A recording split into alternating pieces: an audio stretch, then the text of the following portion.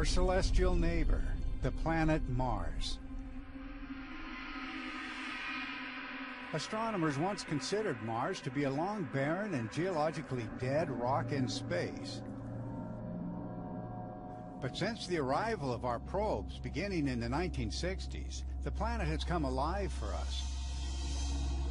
It does not reveal the inactive and worn-down landscape astronomers and planetary scientists had expected. Nevertheless, investigators continue to apply geologic concepts based on their understanding of the Earth and the Moon.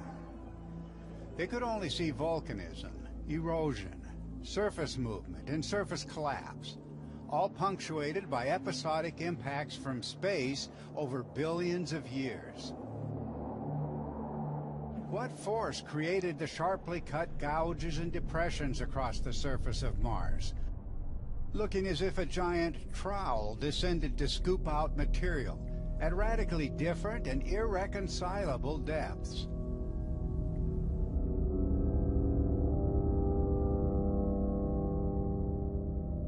Running north to south, we see massive interwoven scratches or grooves extending hundreds of miles. And how remarkable that a planet only half the diameter of Earth exhibits canyons on a scale dwarfing anything seen on our own planet, and mountains that would tower over Mount Everest. Today, no planet outside the Earth has received more attention than Mars. But the mysteries and theoretical contradictions have grown spectacularly.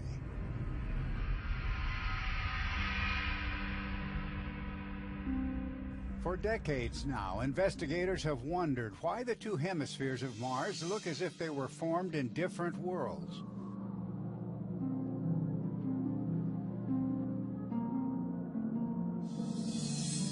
A southern hemisphere dominated by craters.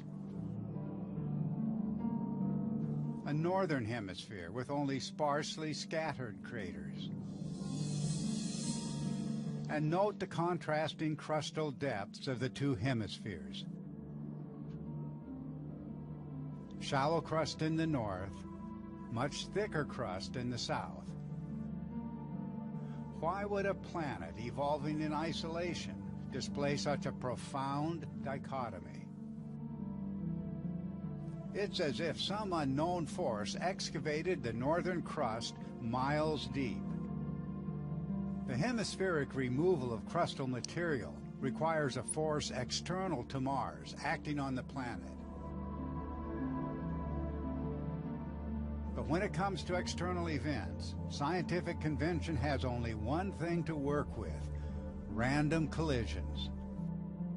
Could a planetoid or huge asteroid crashing into Mars have removed millions of cubic miles of crust?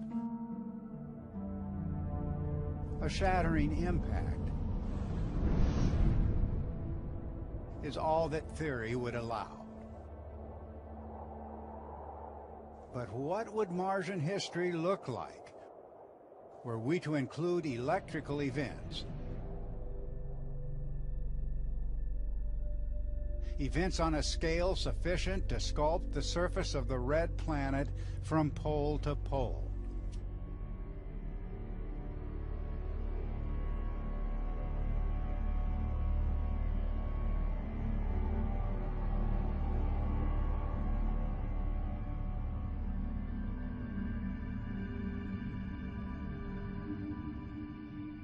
Of all the enigmatic features in the solar system, perhaps none provokes greater amazement than Valles Marineris.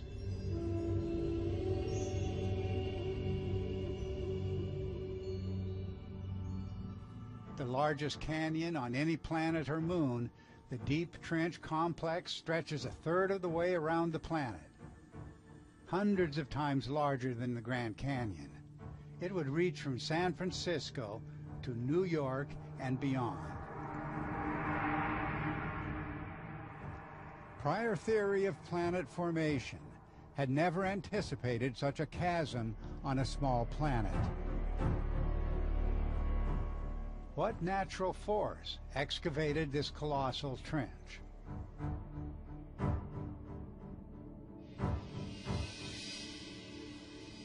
With the arrival of the Mariner probes, NASA scientists thought the chasm could have been cut by water erosion, though nothing even close was ever achieved by water on the known watery planet Earth. On any erosional hypothesis, 3 million cubic miles of material were removed. 3 million cubic miles, and it had to go somewhere. Neither the means of fluid drainage nor the vast outflow required are in evidence. Now we know that the Valles Marineris reaches to a greater depth than any outflow channel originally envisioned.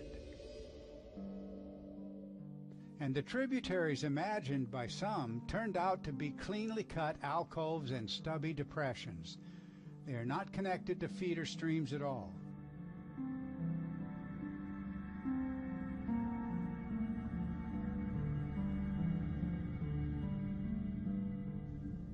One portion of the Valles Marineris system in particular underscores our point here.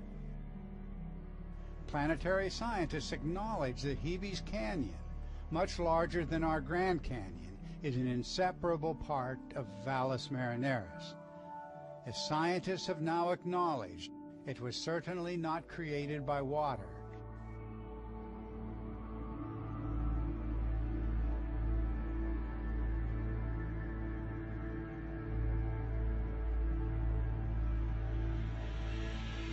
Nor is it plausible to suggest that surface spreading created the massive chasm of Valles Marineris, with its repeated morphology of sharply scalloped walls. The surface was not torn, it was carved, and the detailed images imply a removal of material along the entire length of the chasm, a process clearly illustrated by the neatly machined so-called tributaries all the way up to their rounded, cleanly cut terminations. Whatever formed the canyon complex did not stop at the margins of the primary channel, but added irregular craters and crater chains and surface grooves and gouges. So the question cannot be escaped. Is there anything known to science today that can account for the extraordinary profile of Valles Marineris? There is an explanation well known to science, though it's never entered the geologist's lexicon.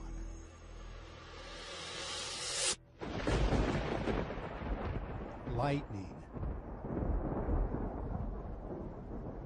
In the plasma laboratory, its power is demonstrated in electric discharge experiments.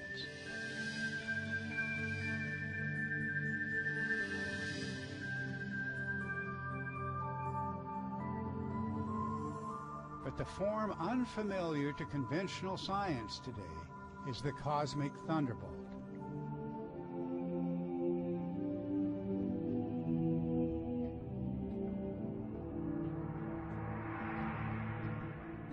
It was the brilliant engineer Ralph Jurgens who first suggested decades ago that a cosmic thunderbolt carved Valles Marineris.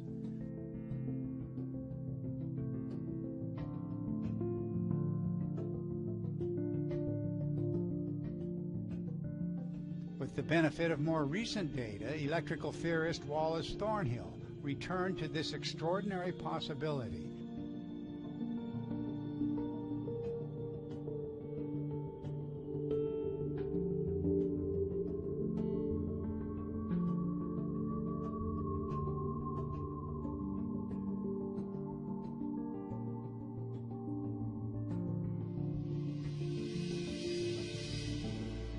Yes, the electric hypothesis will unnerve many scientists, but it is the only hypothesis that meets the test of direct observation. Here is a scar left by an electric arc on a piece of wet wood. Electric discharge provides a direct and complete explanation for the Valles Marineris.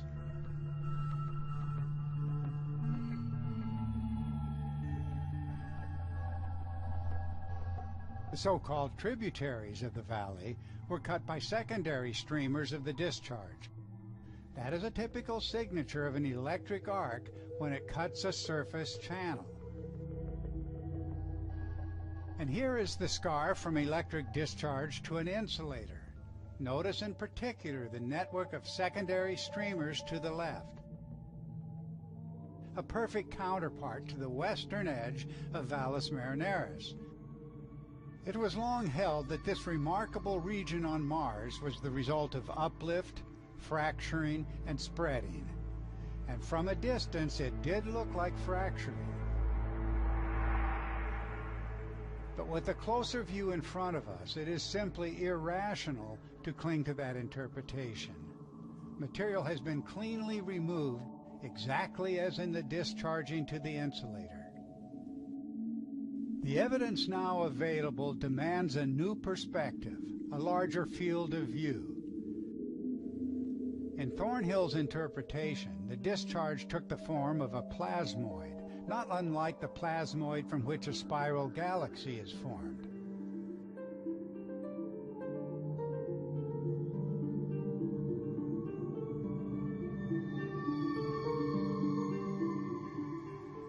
On his website, Thornhill noted how the discharge effect spiraled upward to the east and downward to the west, an effect that shows up quite clearly on the elevation map given on his website. In fact, if we extend the view of the elevation map, we see an even larger effect. It seems that the spiraling trails to the east and west nearly completed 2 circles as they swung back toward the trench itself. But one difference between the northern and the southern extension stands out. The northern extension is entirely constituted of ravines and depressions, while the southern extension consists of ridges and mountainous terrain. For this unusual contrast, electrical experiments offer a startling explanation. It was George Christoph Lichtenberg who in the 18th century first showed that electric arcs create ravine networks on more negatively charged surfaces and elevated ridges on more positively charged surfaces. Could it be that simple? That a cosmic thunderbolt carving Valles Marineris acted on 2 regions of different charge, negative to the north and positive to the south. If such was the case, the only plausible cause of the charge differential would be an electrical exchange between Mars and other charged bodies in the past. And what was the relationship of these events to the hemispheric dichotomies? The removal of crustal material to the north and the densely cratered southern hemisphere.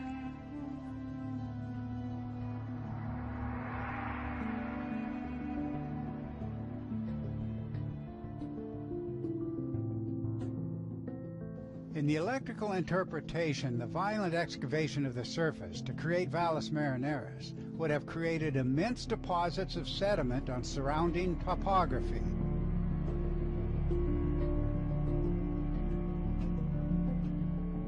And indeed, we see that previous craters in the region were completely buried, with only the largest craters appearing as outlines penetrating through the deep deposits. It's apparent that the released material had a net drift to the west, since the blanket of deposited sediment stretches all the way to the eastern flank of the towering Olympus Mons. Keep in mind as well that an electric discharge at energies necessary to create the chasm of Valles Marineris would have ejected great volumes of rocky material into space. Much of the rocky debris would have fallen back to litter the Martian landscape. And indeed, shattered rock of all sizes across the surface of Mars is a long-standing mystery, and the mystery is resolved by electrical events on a continental and even hemispheric scale. Given the energies of the events, considerable volumes of material would have surely escaped the planet altogether. And what might this tell us about the Mars-Earth connection in our reconstruction of ancient events? Or the surprising discovery that rocks from Mars have fallen on our own planet.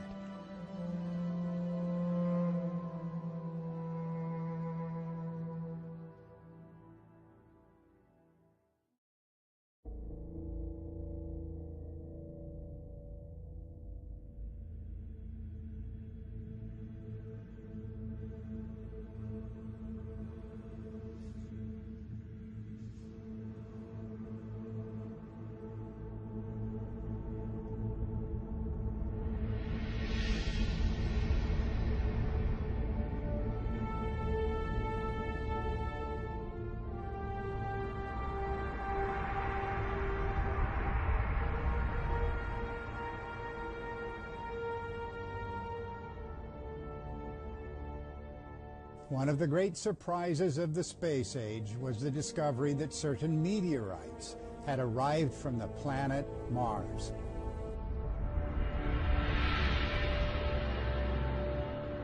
Initially, most scientists rejected the idea outright. For a rock to escape Martian gravity, they could only imagine an asteroidal impact, blasting rock into space at more than 3 miles per second. That's 5 times the muzzle velocity of a hunting rifle. The energies would either pulverize or vaporize the rock. But the question was eventually settled by gases trapped inside a suspect meteorite. The gases bore the atmospheric signature of Mars.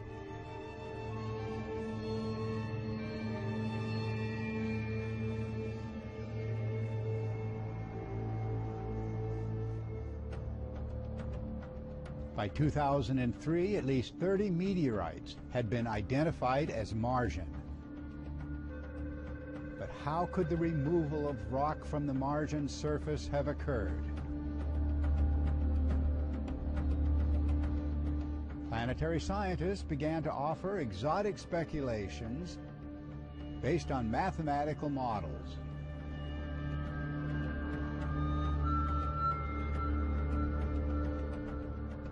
No one seems to have wondered if the vast debris fields of Mars might point the way to discovery. Even the smaller rocks viewed here from space would weigh tons on the Earth.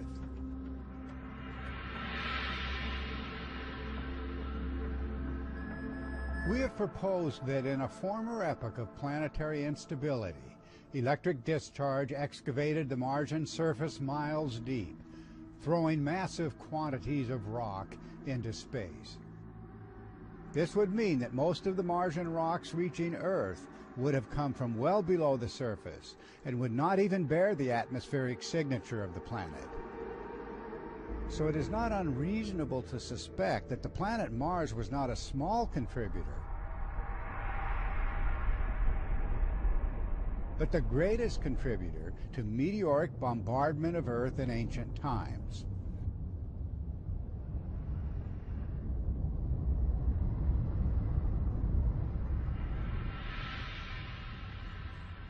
On this question, ancient testimony holds a surprising answer.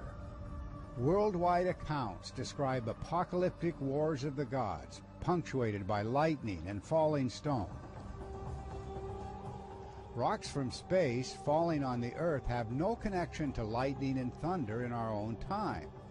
But the ancient connection is clear. In many different languages, meteorites and exotic rocks were called thunderstones, or thunder eggs, said to have fallen in the great wars of the gods.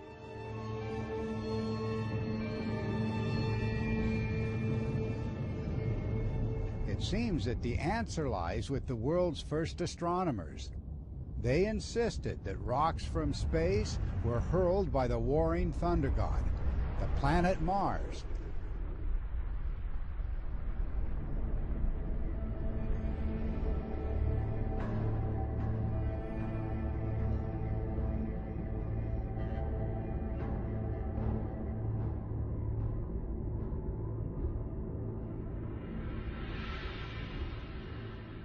From one land to another, ancient sky worshippers celebrated the planet Mars as the cosmic prototype for the warrior on Earth.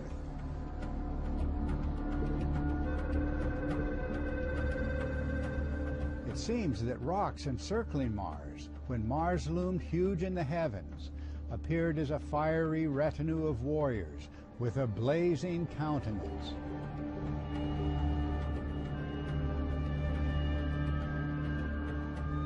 The terrifying Marats of Hindu literature derive from the same Indo-European root as the Latin Mars. They are the sons and companions of the Hindu Rudra, the Red One, who could hardly be other than Mars itself. The Marats whirled in the heavens, bringing blasts of fire, of lightning, and falling stone.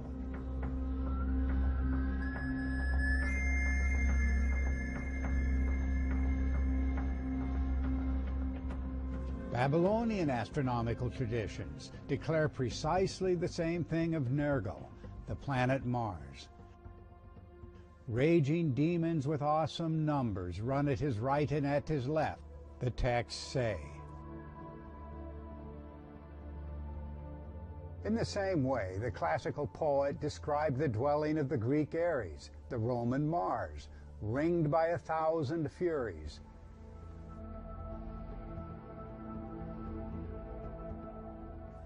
Just as a horde of berserkers or the furious Valkyries accompanied the divine warriors in archaic traditions of Germany and Scandinavia.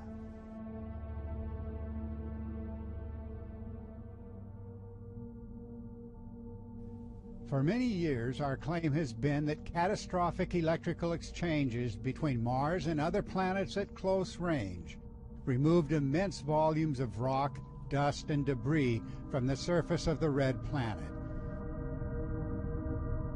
But now, planetary scientists face an additional challenge. The surface of the Martian moon, Phobos, reveals a chemistry very close to that of Mars itself. Scientists now say that Phobos is not the captured asteroid that they had once thought. Like the meteorites from Mars, even this moon appears to be composed of material blasted from the planet's surface.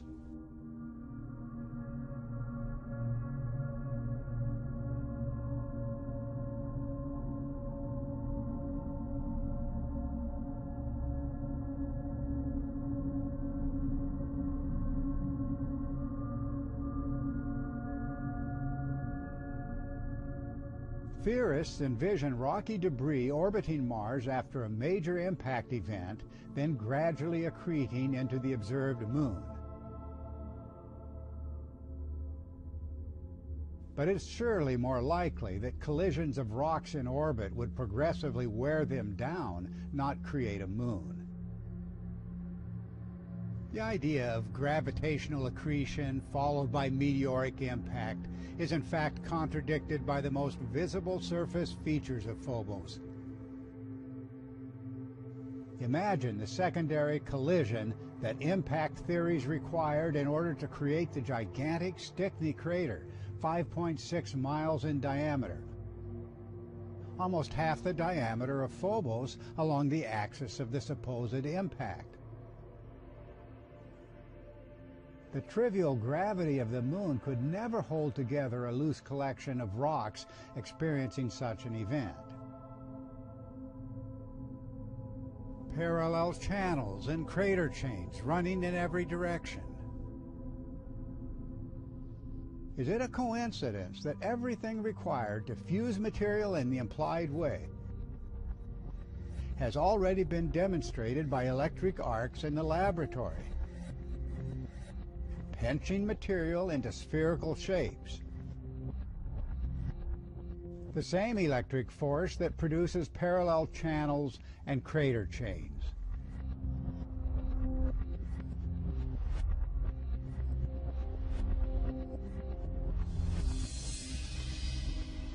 It should not surprise us that a body fused electrically into a rough sphere would continue to attract the surrounding dust created by the prior catastrophic events on the Martian surface.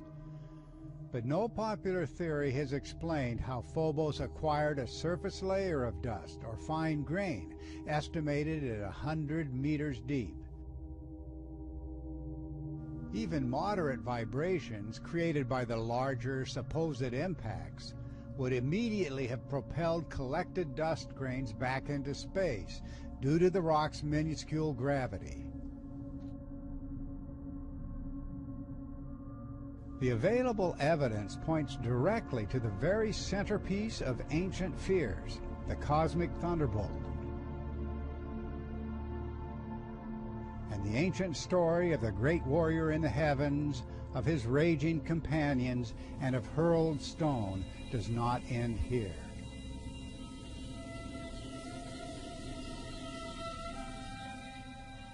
No surface feature on any body in the solar system is more recognizable than the great scar of Valles Marineris.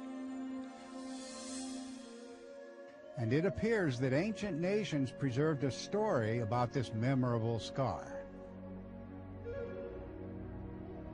The scarred face of the Aztec god Xipe, the celestial model of the devoted warrior, is not easily forgotten. And many cultures recall a legendary warrior or giant recognized by his distinctive scar. But could the scarred god really have been the planet Mars? Scarface was the name of a legendary Blackfoot Indian warrior, also called Star Boy. His counterpart amongst the Pawnee was a great warrior named Morning Star, not Venus, they say, but the planet Mars. The Greek Ares personified the lightning weapon, and the Greeks named the god as Mars. When wounded in battle, he rushed to Zeus with the shout of 1,000 warriors to display the deep gash. In the different cultures, the warring god appears alternately as a hero vanquishing chaos monsters and a rogue warrior or dark power. We see the two aspects of the warrior archetype in the Hindu Indra, famed for the cosmic thunderbolt, and the giant Ravana, who is said to have been permanently scarred by the thunderbolt. Greek poets knew the monster Typhon as the owner of a lightning weapon, but also as the lightning-scarred god. And the same is true of the giant Enceladus, alternately said to have been scarred by the thunderbolt of Zeus or the spear of Athena, which meant the same thing. We have good reason to ask, therefore, if the Scarface theme derived from remembered events, when planetary gods waged battles in the sky and the planet Mars acquired its unforgettable wound.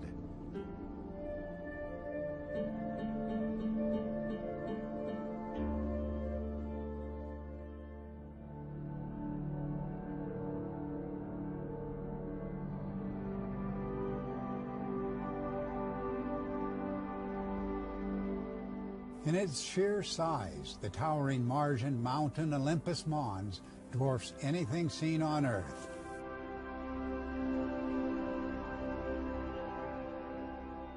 The great mound on the Tharsis Rise stunned planetary scientists as it rose through a dust cloud to greet the Mariner 9 mission in 1972.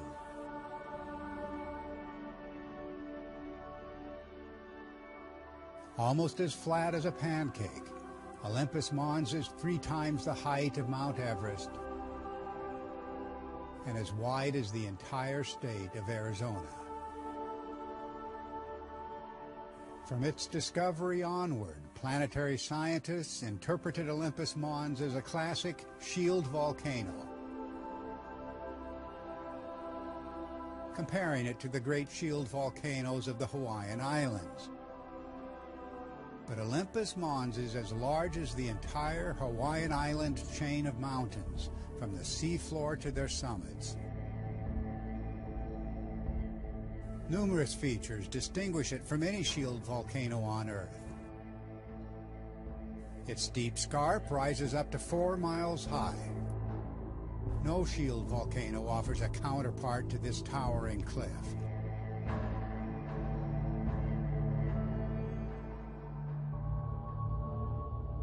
The defining feature of a shield volcano is the gentle extrusion of fluid or low-viscosity lava. Shield volcanoes do not present a scarp, and a scarp 4 miles high is simply out of the question.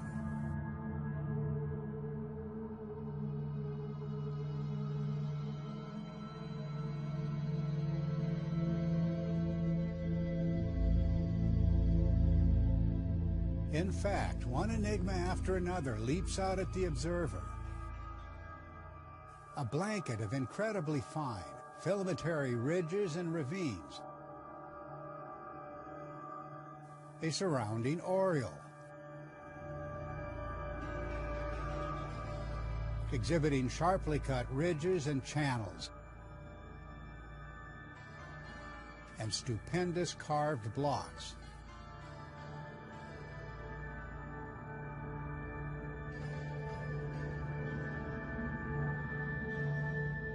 Subsequent to its formation, much of the aureole to the east was apparently buried by equally enigmatic activity in the region.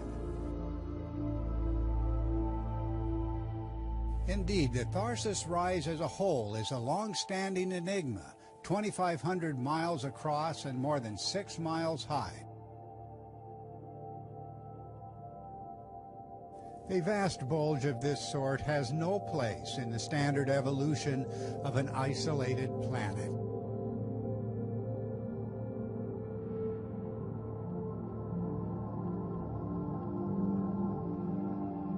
Planetary scientists still debate the enigma, but if Mars formerly engaged other charged bodies at close range, the Great Bulge is the very deformation we would expect.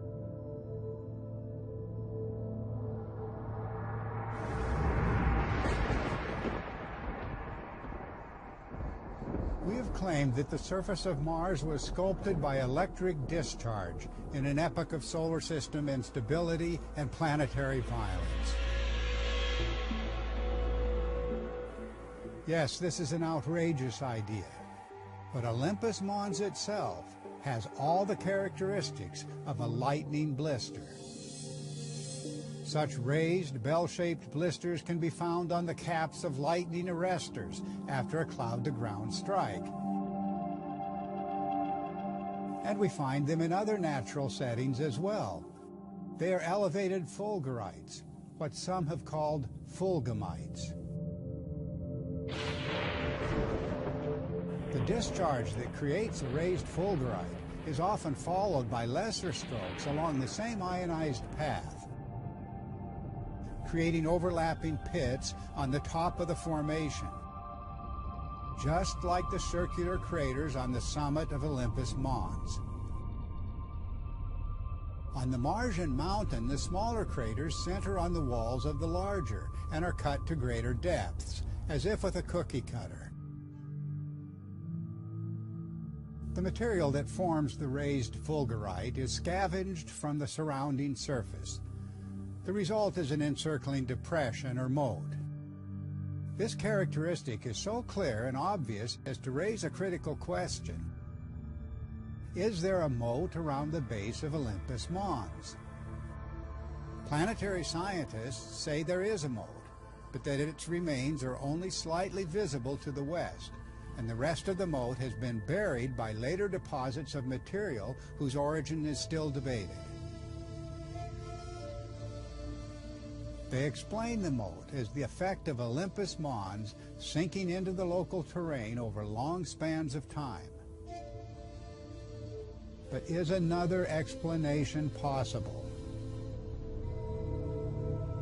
The features of Olympus Mons are, in fact, a perfect fit to an electrical interpretation, down to numerous details.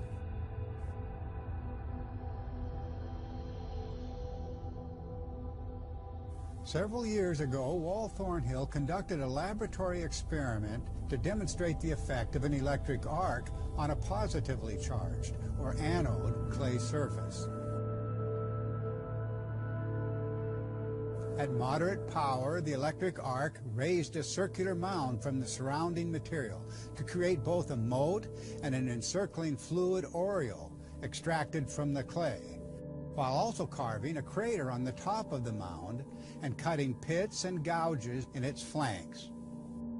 As the power was increased, the arc briefly stopped moving and burnt a smaller circular crater within the pre-existing crater, leaving a glowing spot. Scaled up to an interplanetary discharge, that glowing spot represents a duration and temperature sufficient to melt the floors of the Olympus Mons caldera craters and to produce their remarkably flat surfaces.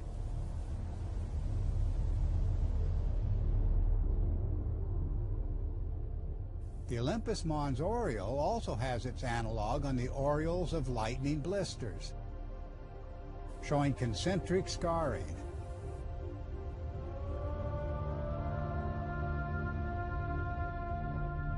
This distinctive pattern directs our attention to a stunning, highly enigmatic counterpart on the Olympus Mons aureole.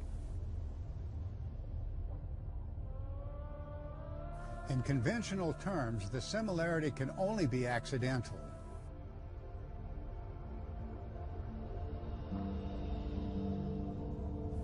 And here is an equally profound mystery.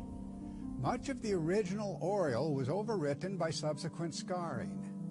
It's only necessary to look closely at the images to see that the overwriting was achieved by a force acting from above, with no regard for previously formed ridges and channels.